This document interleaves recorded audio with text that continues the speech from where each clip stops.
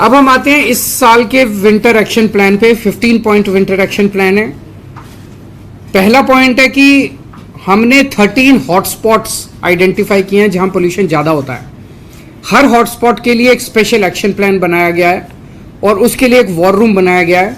13 special teams बनाई गई हैं और वहां पे पोल्यूशन को डाउन रखने के लिए स्पेशल फोकस किया जाएगा। दिल्ली में पराली जलाने को कम करने के लिए पूसा द्वारा बनाया गया बायोडिकम्पोजर पिछले 3 सालों से हम इस्तेमाल कर रहे हैं। उसके नतीजे काफ़ी अच्छे आए हैं। पिछले साल हमने 4400 एकड़ में बायोडिकम्पोजर का इस्तेमाल किया था। इस साल 5000 एकड़ में बायोडिकम्पोजर का इस्तेमाल किया जाएगा। डस्ट पोल्यूशन को कम करने के लिए कई सारे स्टेप्स उठाए हैं। एक तो ये जो कंस्ट्रक्शन साइट्स हैं, उन कंस्ट्रक्शन साइट्स पे निगरानी रखने के लिए स्पेशल टीम्स बनाई गई हैं। 591 टीम हैं।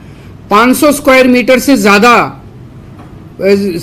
निर्माण साइट्स वाले डस्ट कंट्रोल करने के लिए उनको वेब पोर्टल पे रजिस्टर करना पड़ेगा और 5000 स्क्वायर मीटर से ज़्यादा का अगर कोई कंस्ट्रक्शन साइट है तो उन्हें एंटी स्मॉग गन लगाना अनिवार्य होगा।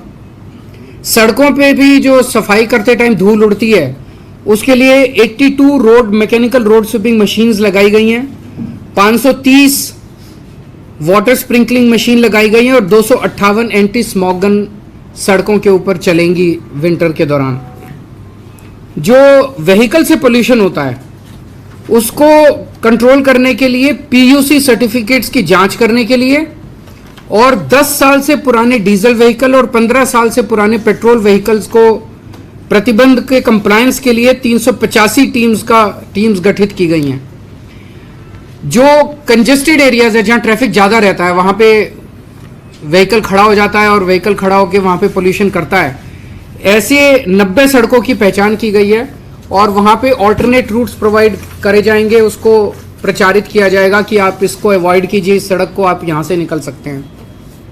खुले में कूड़ा जलाने पे प्रतिबंध है और 611 टीमों का गठन किया गया है जो इसके ऊपर निगरानी रखेंगी। मैंने जैसे कहा कि 1727 इंडस्ट्रियल यूनिट्स हैं रजिस्टर्ड जो कि अब पीएनजी नॉन पोल्यूटिंग फ्यूल का इस्तेमाल कर रही हैं। इसकी निगरानी के लिए 66 टीमों का गठन किया गया है। एक ग्रीन वॉर रूम बनाया गया है 24 घंटे जिसके जरिए निगरानी रखी जाएगी। ग्रीन दिल्ली ऐप जो लॉन्च किया गया था उसका बड़ा सक्सेसफुल रिस्पांस रहा है। 3 साल पहले लॉन्च किया गया था। इसमें लगभग 70,000 शिकायतें आईं जिसमें से 90% 63,000 शिकायतों का निपटारा कर दिया गया है। हम दिल्ली के लोगों को अपील करेंगे कि एंड्रॉयड और iOS के ऊपर ये ग्रीन दिल्ली ऐप है उसे जरूर डाउनलोड करें और कहीं भी किसी भी तरह की अगर दिल्ली में प्रदूषण करती हुई एक्टिविटी दिखाई दे उसको इस ऐप पे भेजें, हम उस पर तुरंत कार्रवाई करेंगे। Real time source apportionment study IIT Delhi और डीपीसीसी के साथ की जा रही है और उसके लिए राउज एवेन्यू में सर्वोदय बाल विद्यालय में एक सुपर साइट बनाई गई है। उसके जो डेटा है उसके साथ उसको इस्तेमाल करके हम जगह जगह एक फोकस्ड तरीके से एक्शन बना कर पाएंगे। पटाखों के ऊपर फिर से इस साल प्रतिबंध लगाया गया है और ग्रीन कवर बढ़ाने के लिए टोटल 1 करोड़ से ज्यादा नए पौधे लगाए जाएंगे जिसमें से 52 लाख पौधे दिल्ली सरकार लगाएगी। इको वेस्ट के लिए ई वेस्ट के लिए 20 एकड़ जमीन पे होलंबी कला में एक ई वेस्ट पार्क बनाया जा रहा है और उसमें गति तेज लाने के लिए कंसल्टेंट की नियुक्ति कर दी गई है।